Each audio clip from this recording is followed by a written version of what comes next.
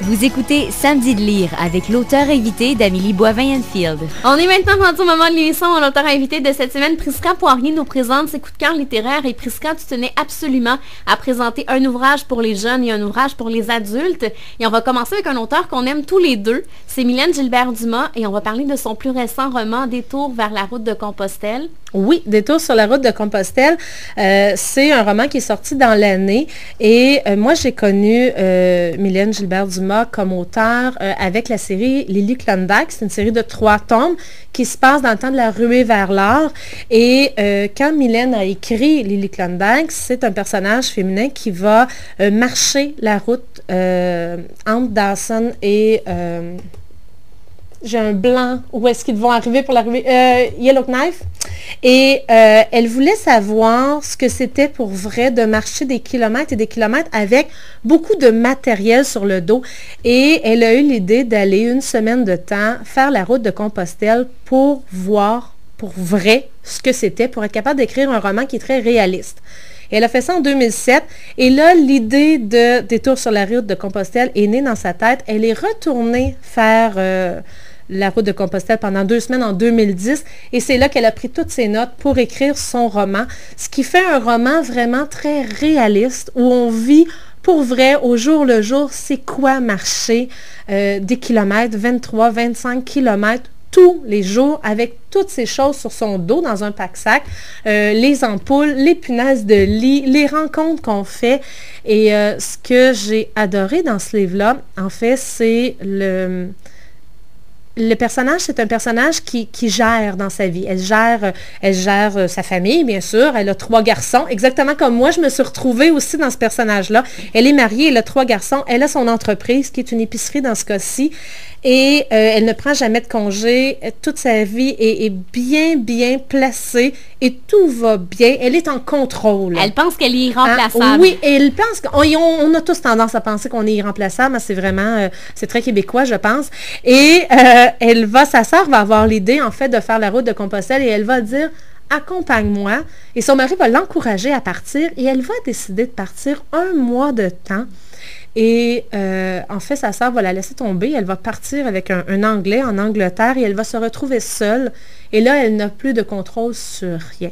Parce que quand on fait la route de Compostelle, on marche tous les jours, mais on est à la merci de la température, des intempéries, où on peut se ravitailler. Alors, elle n'a plus de contrôle et elle va avoir l'impression aussi qu'elle sort du temps. Et ça, je l'ai vécu souvent en voyage, l'impression que notre vie n'existe plus. On oublie, on est ailleurs. Et c'est un temps d'arrêt. Et moi, je suis une personne qui vit beaucoup dans le silence. J'adore le silence. Je suis bien dans le silence. C'est là que mon imagination prend tout son essor. J'adore la campagne, la nature. Et c'est ce que je retrouve dans ce livre-là. Alors, je me suis vraiment retrouvée partout, y compris dans les choix que va faire aussi le personnage principal. Et j'avoue que j'ai lu le livre. Je me suis laissée prendre par l'histoire, par sa quête. Et plus on avançait dans le livre, plus j'étais là, non. Et là, je peux pas te dire ce qui arrive, mais je pense que tu l'as lu de toute façon. Oui, je peux pas dire à tes auditeurs. Qu'en lisant, j'étais un peu déçue, moi, que ça se termine pas comme toi. Moi, j'aurais aimé ça que ça se termine. Comment je pourrais dire ça? J'aurais aimé ça que... sans vendre de punch. Oui, c'est difficile sans vendre de punch. Parce que la fin, en fait, n'est pas nécessairement la fin à laquelle on s'attend. Et moi, j'espérais cette fin-là. Alors, je pense que toi, c'est l'inverse. T'espérais que ça soit pas cette fin-là. Oui, c'est ça. Et là, on est dans une question de valeur. Et j'étais contente que le personnage prenne cette décision-là. Est-ce que moi, j'aurais pris cette décision-là? Je le sais pas. Par contre, je trouve que dans la plupart des livres qu'on écrit dernièrement, on voit toujours l'inverse et j'ai trouvé ça bien qu'une auteure dise non. Dans la vie, il y a des gens aussi qui ont l'autre valeur et c'est comme ça que je vais finir le livre. Et j'ai adoré cette fin-là. Pour ça, je me suis laissée prendre. J'étais persuadée que ça ne se terminerait pas comme ça. Alors, j'aime ça quand on arrive à me surprendre et Mylène y arrive souvent. Alors, c'est vraiment un livre, une lecture d'été, une lecture que je vous recommande pour juste profiter de la vie, profiter d'un moment de repos, de calme. Et quand, je sais pas toi, mais moi, quand j'ai eu fini le livre, j'ai dit à mon mari, j'ai dit, hey, la route de Compostelle, ça serait bien qu'on fasse ça un jour. Et j'ai vraiment, ça fait longtemps que j'y pense, mais là, ça a vraiment été un coup de cœur supplémentaire à me dire, il me semble que ça me ferait du bien dans ma vie de marcher cette route-là. Peut-être pas pendant 2 mois, peut-être pas la route en entier, mais tu sais, une semaine, 2 semaines, de me rendre au bout de ce que je suis. Ça prend beaucoup d'automotivation pour le faire. Il faut laisser tomber complètement nos routines. Et il me semble que ça me ferait du bien de faire ça. Je me suis dit la même chose.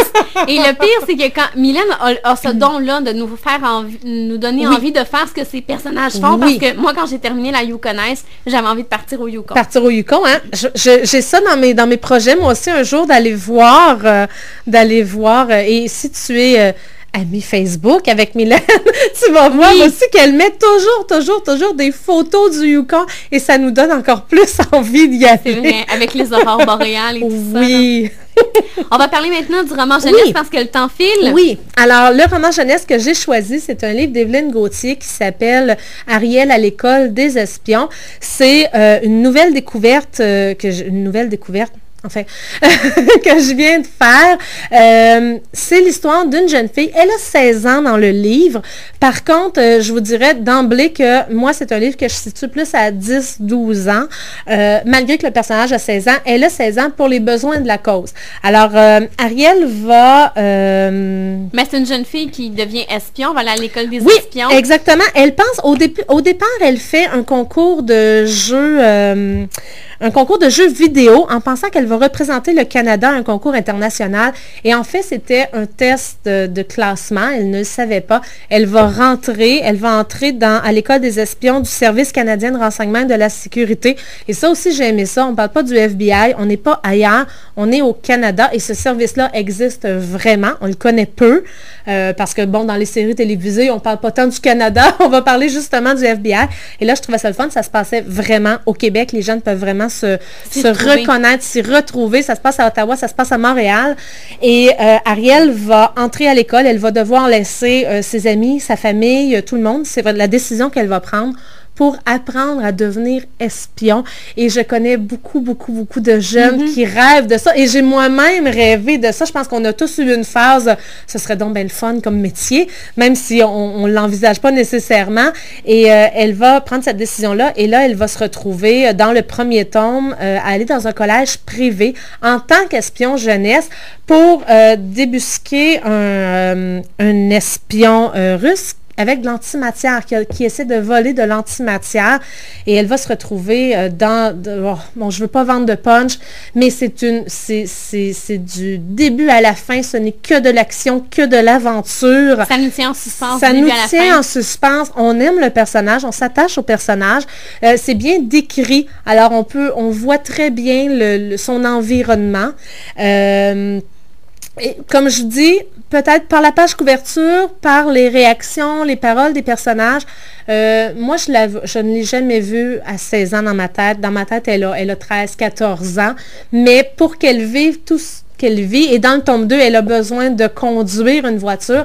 Alors oui, elle devait avoir 16 ans. Mais pour les parents qui écoutent, pour les parents qui se disent « Ah, je ne suis pas certaine, 16 ans. » Non, c'est vraiment, moi, mon garçon a 10 ans et c'est officiel, c'est sa prochaine lecture. C'est un livre, malgré le fait que ce soit un personnage féminin, c'est un livre autant pour les garçons que pour les filles.